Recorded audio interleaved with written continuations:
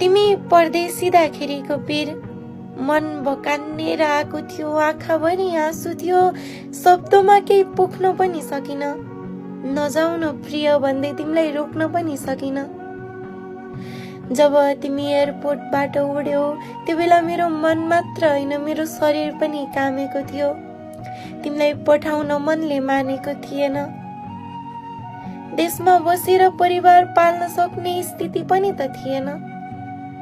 तिमी परदेशी हौ, छोराछोरीको भविष्यको लागि, हाम्रो भविष्यको लागि। तिमीलाई नजाऊ, यही केही गरौँ भन्ने मन थियो मलाई, तर खै मुखबाट कुनै शब्द निस्केको थिएन। एकैछिन भए पनि तिमीसँग बस्ने रहर थियो, तर रहरमै सीमित भयो।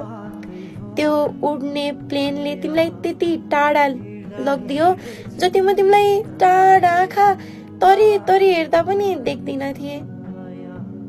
एयरपोर्टमा गरेको बाईले मेरो मन भकान्नेर आयो, मेरो आँखाभरि अँध्यारो छायो।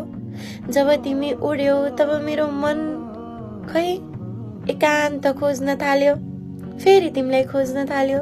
हिजोसम्म तिमी साथमा थियौ, कति रमाइलो थियो, कति आनन्द थियो, कति सुरक्षित महसुस गर्थे। आज तिमी गयौ, म फेरि एक्लै भएँ। परिवारको बोझ आफ्नै काँधमा राखेर तिमी परदेशीको गुलामी गर्न फेरि पनि जाँदैछौ। परिवारलाई छोडेर तिमीले मात्र परिवारको सम्झना लाँदैछौ।